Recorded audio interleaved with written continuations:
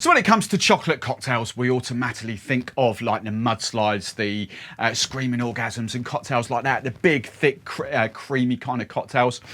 I wanted to do something a little bit different for you. Yes, I have got one creamy cocktail in here, slightly different to what you might be expecting. But the other cocktails, I've got vodka based there. I've got a kind of strawberry and chocolate martini. There's a different way you could serve that up as well. I'll talk you through. And then I've also got, so this is a fruit and nut bar. Think the famous brand of fruit and nut bar, all the flavours are there for that. And then I've got an orange and chocolate espresso martini. So your first cocktail is a nice and simple, nice and easy strawberry and chocolate martini. I'm going to use 3 ingredients. I've got 4 here. I'm going to go obviously for the chocolate syrup. I've just got a plain vodka. You could go a bit crazy. You could use a flavoured vodka if you wanted to. There isn't, I don't think I can remember a strawberry vodka except for Stolly Strasbourg years ago. I'm not even sure if that's still a thing now. But then I've just got a strawberry liqueur, your favourite strawberry liqueur. Most brands make it. It's just the one I've got. It's got, if you can see it on the close-up, it's got little strawberries in there. Now the 4th ingredient I've got there is cream. I'm not going to bother in this cocktail because I'm going to use cream in the next cocktail.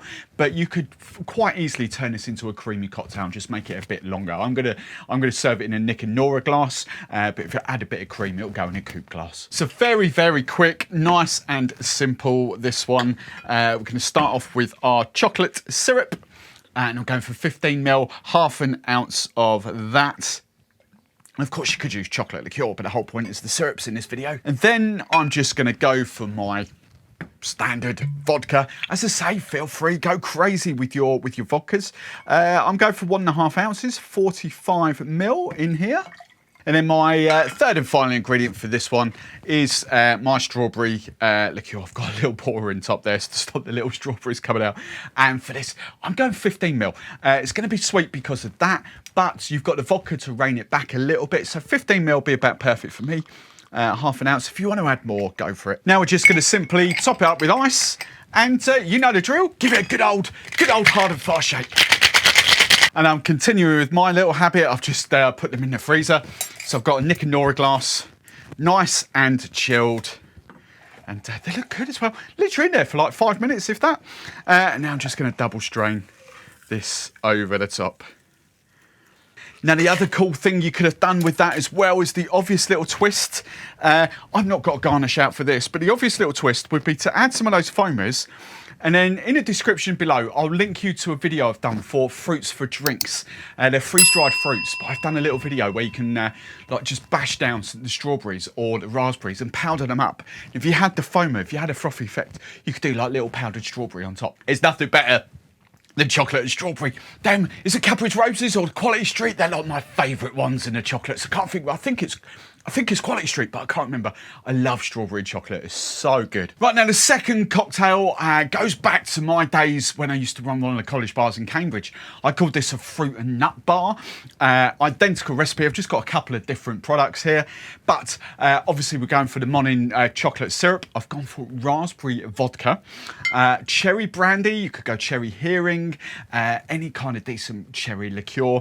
I've got my go-to hazelnut liqueur. You could use Frangelico, that would be a good one. DMF, it's off camera, but DMF, I've got a hazelnut rum that you could use as well. So plenty of hazelnut products out there. And then I've just got my cream that I didn't use in the first cocktail. So then, another shaken cocktail. We're gonna start back with the old chocolate syrup again. I'm gonna do exactly the same as the first cocktail, 15 ml. Half an ounce of chocolate syrup. I'm then gonna go 30 ml, 1 ounce of your go-to raspberry vodka or a decent berry vodka. I think this works well with sort of berry notes. And then I'm going for the cherry liqueur. This is Aberforth's Cherry Brandy. I finished the cherry hearing, so I'm just giving this another different brand, a road test. I'm going for 15 ml. Oh, look at this. This is proper luscious. 15 ml, half an ounce of cherry brandy. And then I'm going for my hazelnut liqueur, or hazelnut rum, whatever you've got, Frangelico, whatever you fancy. I'm doing 15 ml, half an ounce of this as well. And then to replicate the whole sort of fruit and nut bar thing going on, I've got cream. You know, milk chocolate, cream is what goes in. So I'm going to go for 30 ml, 1 ounce of, it's actually half and half cream, half milk. Right, same as always, plenty of ice. And then we're gonna give it a good hard fast shake. And then to serve this up, I'm going for a little Diablo rocks glass. You can do a shake and dump with that ice. I'm just gonna use some fresh ice in there. I'm gonna single strain this over the top. There we go. You could have used the foamers as well. Again, if you wanted to, that would have been quite nice for the foamers. And then you could have done like some grated chocolate over the top. Grated chocolate will sit on there, but it'll look even better on the foamers. But for this, I'm just going to do a maraschino cherry. You could even grate some nutmeg or some hazelnut or something on the top there. But as I've got an ice cube sitting there, it's going to sink. We know it's going to sink. I'm just going to garnish it with a maraschino cherry. So good. So how I remember it from all those years ago. We're talking like 15 years ago. Oh, it's boozy. That's first and foremost. It's boozy. But we get the chocolate nose, we get the cherry, and it's all tied together with the cream to get that. Really does replicate a liquid sort of fruit and nut bar. And then the third and final cocktail, there's so many different directions we could have gone with chocolate cocktails, but I wanted to give you fun inspiration. So I'm going to do a chocolate and orange espresso martini. Very, very simple. Monin's Chocolate Syrup. I've gone for JJ Whitley's Blood Orange Vodka. Plenty of ways you could do this as well. You could probably go blood orange gin or an orange gin if you fancied. You could go normal vodka. With like an orange liqueur, like Cointreau Grand Marnier, things like that. I've just realised over there we could have gone like Jaffa Cake rum. I've got Jaffa Cake gin. There is actually a Jaffa Cake vodka on the market as well, which is obviously chocolate and orange there. Now this is the caveat I just want to quickly add in because I don't have that. I've got a little bit of a sweet tooth, but not a massively sweet tooth. So when it comes to espresso martinis, I don't take sugar in my coffee. So you could make this recipe with Kahlua, and I've said this plenty of times on my channel. The difference between Kahlua and Mr. Black is Kahlua is a sweetened coffee liqueur, Mr. Black isn't. For me, Mr. Black is perfect when you're adding syrups to it to make flavoured espresso martinis.